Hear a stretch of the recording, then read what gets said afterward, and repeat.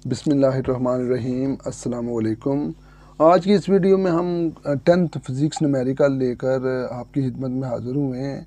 ये numerical Sahiwal board में 2024 में आए थे। फर्स्ट ग्रुप का पेपर है।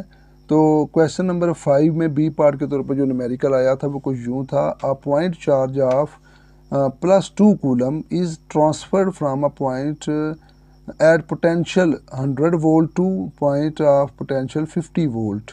What would be the energy supplied by the charge? बेहद आसान न्यूमेरिकल है और बेहद इम्पॉर्टेंट न्यूमेरिकल है। यानी ये कूलम में जो दी जाती चीज़ वो ज़ाहिर डेफिनेटली वो चार्ज होती है, तो हम लिख देंगे चार्ज जो दिया गया है वो 2 कूलम है। अब दो पोटेंशियल उसने हमें दिए हुए, एक 100 वोल्ट है और एक 50 वोल्ट है। कहता है चार्ज आपने 100 वोल्ट से 50 वोल्ट की तरफ लेकर आप गए हैं, तो ये 100 वोल्ट को पोटेंशियल यानी इसको VA से शो किया, यानी ये A वाला पोटेंशियल है और B वाला पोटेंशियल जो है वो 50 है। अब हमने वर्क फाइंड करना है क्योंकि एनर्जी है, energy W is equal to energy. तो आप क्या करेंगे, W इज इक्वल टू हमने फाइंड करना है, इसका formula W is equal to Q यानी ये चार्ज और दो जो पोटेंशियल डिफरेंस है यानी कि VA minus VB 2 multiply by 100 minus 50, तो आपके पास जो जवाब आ जाएगा 100 जूल। ये इस न्यूमेरिकल का दुरुस्त आंसर है।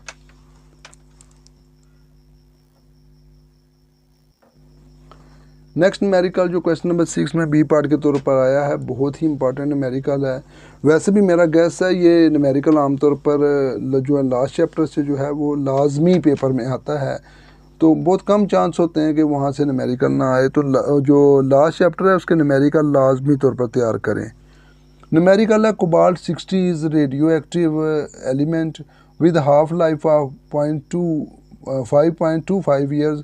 What fraction of the original sample will be left after 26 year. यानी कि हाफ लाइफ दी गई है 5.25 ईयर्स, यानी उसकी हाफ लाइफ हमें पता है किसकी, कोबाल्ट 60 की, और टाइम पीरियड भी दे दिया उसने 26 ईयर्स। तो हमें जो मालूम क्या करना है कि इतने अरसे में उसकी कितनी मिकदार बाकी रह जाएगी। तो टाइम पीरियड जो है 26 ईयर दिया गया और लिखा हुआ है टाइम पीरियड का फार्मूला। टाइम पीरियड किसके बराबर होता है, बराबर होता है n multiply by half life. हमने ये क्यों लिखा, ताकि हमें n की वैल्यू फाइंड हो जाए।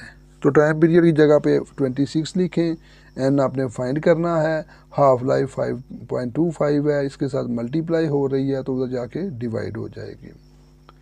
तो इसको डिवाइड करेंगे तो आपके पास आंसर आएगा 4.95। और जो नंबर हैं वो कभी भी पॉइंट्स में या डेसिमल में नहीं होंगे।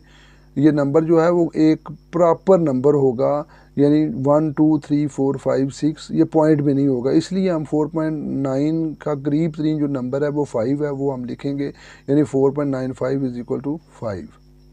अब जो फार्मूला है बाकी मिकदार हमने क्योंकि फाइंड करनी है, बाकी मिकदार is equal to n naught over 2 की पावर n। तो n नॉट 2 की पावर n 2 की पावर 5 और 2 की पावर 5 जो है वो क्या होगी 32, यानी ये असल मिकदार का 32वां हिस्सा बाकी रह जाएगा। अगला न्यूमेरिकल जो है वो क्वेश्चन नंबर 7B के तौर पर आया। An object is 4 cm high and is placed at a distance of 12 cm from a convex lens of focal length 8 cm.